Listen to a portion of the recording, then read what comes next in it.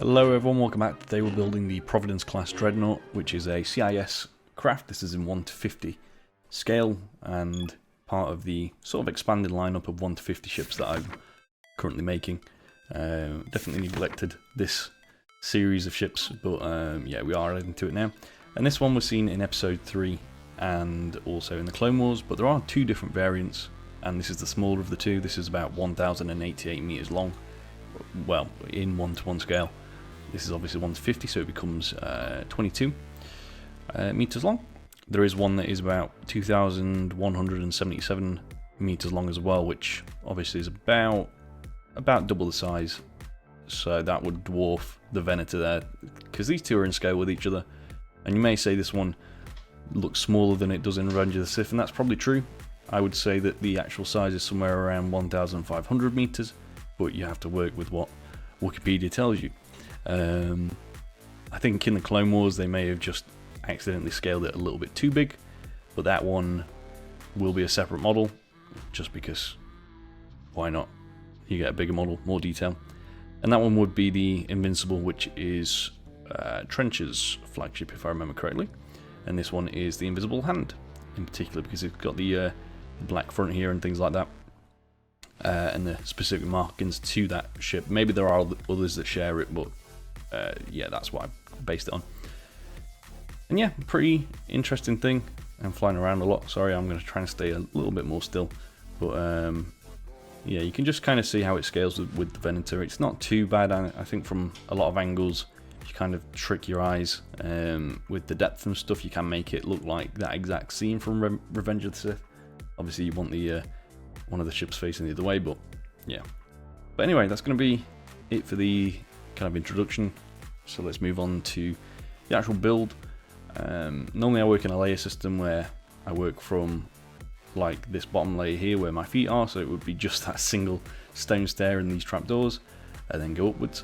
Because it's such a small build, I might change it up a little bit, but we'll see how we do that in a second. So let's move on to the start of the build right now. Alrighty, so starting off the build, I am going to do it in layers, but I am just going to do 3 separate sections basically, where it's layers 1 and 2 all in one, layer 3 which is kind of your main one, and then layers 4, 5, 6, I think up to 8 after that will all be in one section because it's just mostly that bridge area. So yes, we're going to start off with the first 2 like I said. So we'll need stone, polished andesite, stone stairs, polished andesite and stone slabs, deep slate tile slab, iron trapdoor, stone brick wall and skeleton skull. You can substitute the skeleton skull if you're in survival, as with a lot of my builds, and I definitely do try and do this more nowadays. I know a lot of people will be building in survival, and I will try and suggest substitutions for any rare blocks where possible. So just a quick explanation of this place that I'm building here. This is my tutorial pad. Obviously you won't have this, you'll build on the ground or up in the air, it's up to you, but it's just a reference and a place for me to start the build off. But then I've marked it out for you, so the green line here is the front of the build, the red line here is the back. So obviously as we're building, you'll be able to see which way we're facing, and then the arrows here also face towards the front of the build. I am looking at switching these out soon to say left and right, or at least just adding that word in there as well, just so you can see while we're building that that's the left hand side of the build and that's the right hand side of the build, just to make it even easier. And yeah, so the grey lines here also represent the left and the right, so you can kind of use that as a point of reference, I guess. Normally we will build down this centre line here, which is essentially anything that goes on the left will also go on the right, and then you've got this centre line where a normal block would go. And yeah, so I'll just explain that for you. So we're going to start anywhere. This is the very bottom part of the ship where that undercarriage part is. I don't know what it is, maybe a second control centre or something, but yeah, not sure. Just a single stone stair with the skeleton skull on the back. Now you can use a stone button or, I don't know, a full block. I wouldn't recommend a full block, but yeah, maybe a stone button there if you want, if you don't want to use the skull. 2 stone brick walls on top, and then behind it, so towards the back of the build, polished slab, stone slab, iron trapdoor, and that's on the second layer up, so we've got a 1.5 block gap here. Facing towards the front of the build now, stone slab, polished slab, and just keep doing that, alternating like this until you get 5 of them. make that a 6th one. We're just going to skip a block and do a stone block there, and then a stone stairs facing it. Okay. Do another stone block, polish block, stone block, polish block. And again, this is just one block off the ground, as you can see. I'm going to take the deep slate tile slabs, do a top half one there, and then 1, 2, 3 here. And then to the right hand side, 1, 2, 3. So you should be looking like this so far. I'm just going to go to the underside of this block here. So I'm just going to delete the ground layer. Obviously, if you're on the ground, you need to do the same. If you are in space, you won't need to, because you won't have anything underneath you. Just do an iron trapdoor there and there. So it should just be on the first 2 blocks after the stairs. Then do a stone slab. And we actually need polished andesite stairs here as well, which I didn't realise we needed. I'm going to grab those anyway. There we go, one of those here, one of those here, both of those are upside down. So it should look like this. And then take the iron trapdoors, you're going to go to where these walls are, and do 1, 2, 3, 4, 5. And again, 1, 2, 3, 4, 5. And that's going to be it for layers number 1 and 2. There is actually a lever on the underside of a block here, but in fact I think I know what material it is. So what I'm going to do is just grab these deep slate tile slabs, do an extra one on top, bring it forward by 2, so just like that. Delete the first 2, and I'm going to take this lever and just put it facing like that, and that's the kind of hook nose on the ship. And yeah, that is going to be it for layers number 1 and 2, so let's move on up to layer number 3. Okay, on layer number 3, this is where the main bulk of the materials are, I'd say, apart from kind of the top layers, but that's like so many in one that it doesn't really count. But yeah, this is where the main substance is. This is where the kind of representation of the hangers would be. On this particular model, I couldn't really get the hangers to work because of the way that the width works as well. I had to use well, glass panes, or you could use iron bars to thicken out the build at the back here, but it means that you can't really do anything with the bars. I'll show you that in a minute anyway. I'm not really explaining it very well. But you're going to put a grey, in fact, I need to tell you materials, that'd be helpful. Stone, polished andesite, smooth stone, grey concrete, observer, deep slate tile stairs and slab, and wall, and then dark oak fence gate as well. So you've done the grey concrete here on top of that iron trapdoor. Just surround that on the back 3 sides with the deep slate tile wall. Do a stone block here. Smooth stone block just in this gap. Polished andesite on the left and right. Stone block 1, 2, 3, 1 there. And then observers 1, 2, 3, 4, 1, 2, 3, 4. We will need materials other than the ones that I've listed, just so you know, but these are the main ones for now. So you need another polished andesite at the end. Go inwards to the center line, that's 1 stone, 1 polished, 1 stone.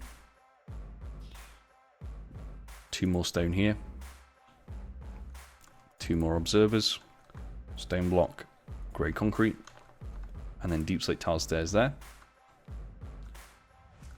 On this stone block here, do a stair facing outwards on each side. Dark oak fence gate there, then there, and just open them both. And then a deep slate tile slab just here and here. Okay, so we're going to put our deep slate tile materials away for now. And we're going to grab some new ones. So I'm going to get the grey stained glass pane. I'm going to get the stone brick wall and also the andesite wall.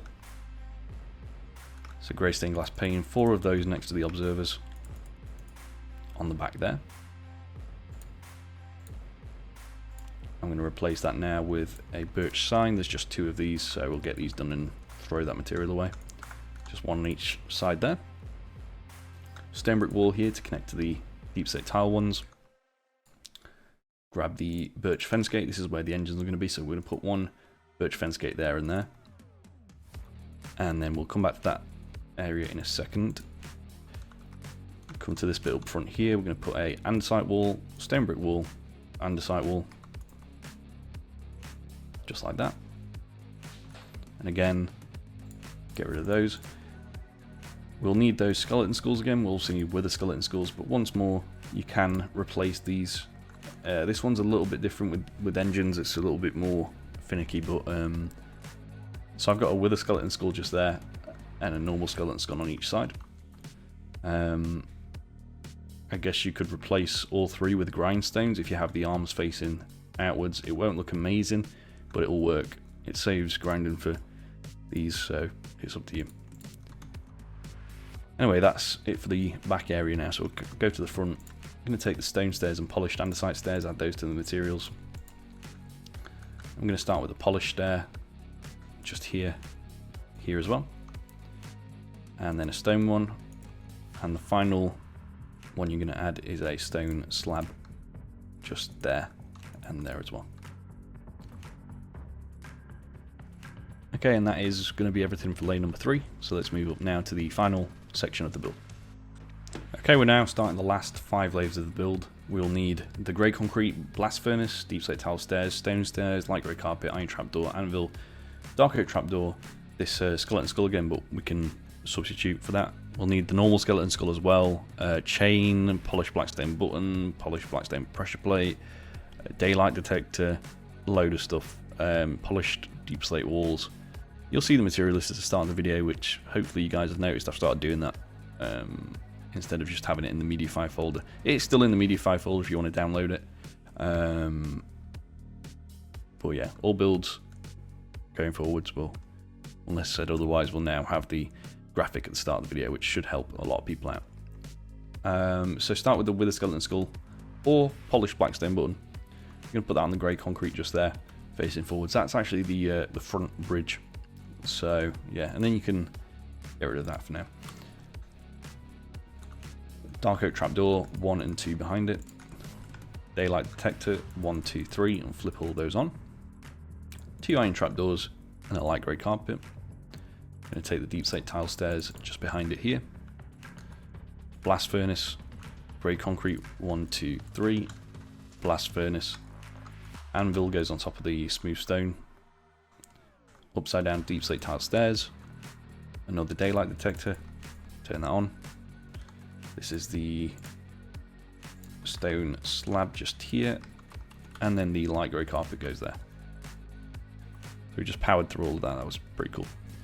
And you can get rid of dark oak trapdoor, keep the daylight detector, get rid of the anvil. You can get rid of the iron trapdoors in a second. Just put 1 next to each of these stairs. You can get rid of that now. Get rid of the carpet. We're going to bring grey carpet in as well.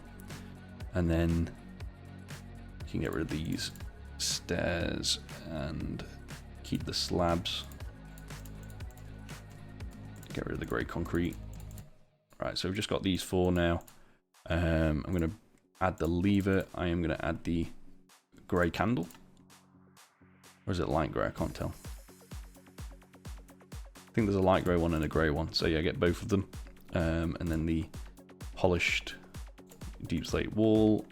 And also the iron bars as well. Ready for the bridge area. There's also one bit of colour in here as well. We're going to do that in a second. Put the stone slab there and there, next to the blast furnace, and again there and there, next to the blast furnace. Daylight detector there, turn it on, and there as well, turn it on.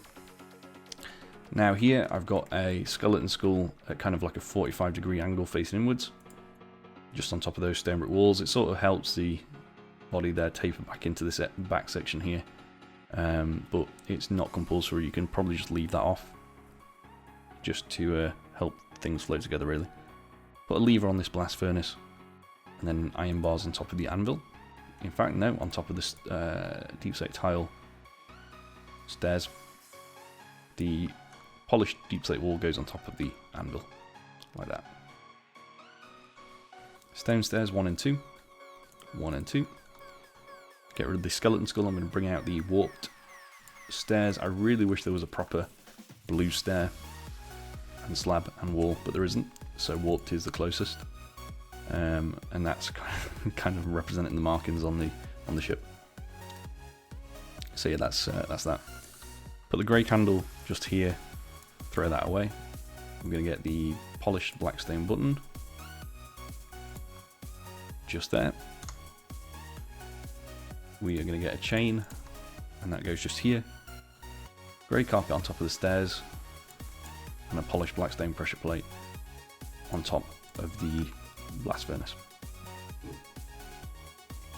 Okay, nearly done now, so just taking the polished deep slate wall again. We're going to do a stone stairs upside down just there like that, and then one facing forward. Do a lever facing towards the back on the front one, and then just that light grey candle just there to finish that part off. And I think that is everything for the build. Just double checking before we end off. Yeah, cool. So I throw all that away. I'm going to put the shaders on now just for a quick final showcase of the finished build. Hopefully it doesn't lag out like it normally does, but we'll see. Oh well, yeah, it's working a lot nicer than usual. Cool. So yeah, that is the finished build. Let's see if I can put cinematic mode on actually, there we go, that's nice. Yeah. One thing with these glass panes on the side, they do go a bit dark when you put shaders on. If you are planning on using this in shaders, you can replace those with iron bars. It's just obviously the texture is a little bit different, but it's up to you. And if you want to kind of, I'm going to take cinematic mode off now. If you want to kind of sacrifice that width there at the back and have the hanger, you can definitely do that. You would just delete these iron bars or glass panes or whatever. Probably just put some upside down stairs and some top half slabs where those observers are, and that would kind of leave the gap in there for you. But like I said, I prefer it with the added width. Again, in shaders you can kind of see through that a lot more than you can in regular, but like I said, I just prefer it this way anyway. So anyway, that's going to be everything. Thank you for watching, and I will see you all in the next video. Let me know what you want to see next. Halo fans, I know I've been saying for a while that I've got something coming for you guys. I certainly do, but I'm just trying to figure out what to do, because it has been like 4 or 5 months since the last one, and you know, I need to get back on it really. So yeah, that's going to be it. See you later, and have a great day. Bye bye. Hey guys, before the video ends, I just wanted to let you know about my new schematic store. This is a place where you can download builds from the past, from tutorials that are out now, and even preview builds from the future. Link is in the description. Go and have a look, see if there's anything you like, and yeah, see ya.